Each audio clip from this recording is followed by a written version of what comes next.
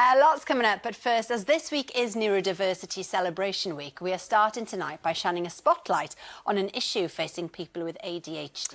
Yes, with lots of pharmacies dealing with supply issues, some people living with ADHD are struggling to get access to drugs they need, as Lindsay Russell found out. Inattentiveness, impulsiveness and hyperactivity. Just a few of the symptoms associated with attention deficit hyperactivity disorder that can be challenging for those living with the condition. And for many people with ADHD, the condition is a lot easier to manage with these. But last year, the government announced a shortage due to manufacturing issues and an increase in global demand. This increase has made medication shortages even more of an issue for people like Rianne. Diagnosed 3 years ago with ADHD, she struggles to get a regular prescription. How did it affect you from a work perspective? I was scared of getting caught for being disorganised, for forgetting things. I was very worried about where I'd stand. The main thing I find with medication is it motivates me. Without the medication, I feel like my brain isn't switched on. Unfortunately for Rianne, she lost her job and believes that being unable to access her medication daily made her ability to work difficult. I love to work. I hate not having something to get up for. I feel like I have to ration my medication, and Tuesdays that I take it, and Tuesdays where I might not need it, not knowing when I was going to get a reliable stock of it, it just provides more anxiety. While many companies are getting better at supporting neurodivergent employees, Henry Shelford from the charity ADHD UK says the drug shortage is having a huge impact, especially in the workplace. There are just disasters unfolding for so many people. We think it's about 150,000 adults and children impacted. I talked to someone just a few days ago where they've been given an alternative ADHD medication, the expectation it would work in the same way. It didn't, and their boss came to them and said, "We can't do this again, you're out." People are told medication review, but the other medication have wait lists often.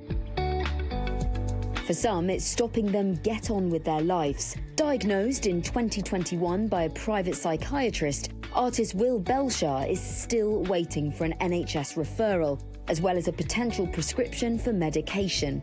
I want to try the medication so I have an answer and then I know what I'm dealing with. Accessing that, in the next 12 months would be great. ADHD drugs are just one of a number of drug types in short supply here in the UK, along with HRT, diabetes and some cancer medications. James Davies from the Royal Pharmaceutical College says demand often outstrips what can be supplied. There's been some manufacturing issues that have led to there being fewer of the medications available, but also we've had far more people that have been diagnosed with ADHD. That's not just here in the UK, but that's also around the world. It might sound like a really obvious question, but why can't the manufacturers just produce more? For ADHD, medications that are used are amphetamines. They're very tightly controlled, very tightly registered, and so for a factory to just suddenly produce more is not that simple. For people with ADHD and some of these conditions, what are they supposed to do? Speak to your healthcare team about your particular medications, and they can help to give you some advice about maybe alternative medications.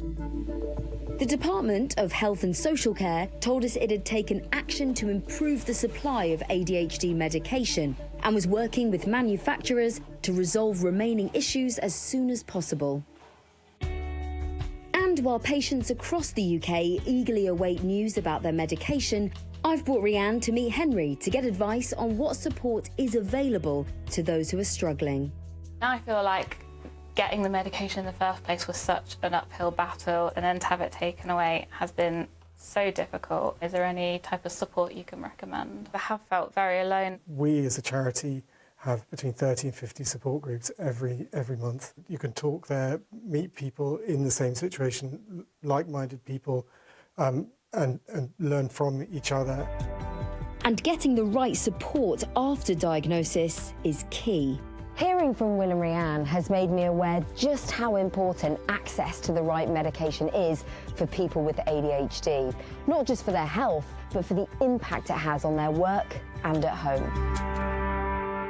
Yeah, I hope that's something they can sort out very soon. Absolutely. Thank you very much, Lindsay. Time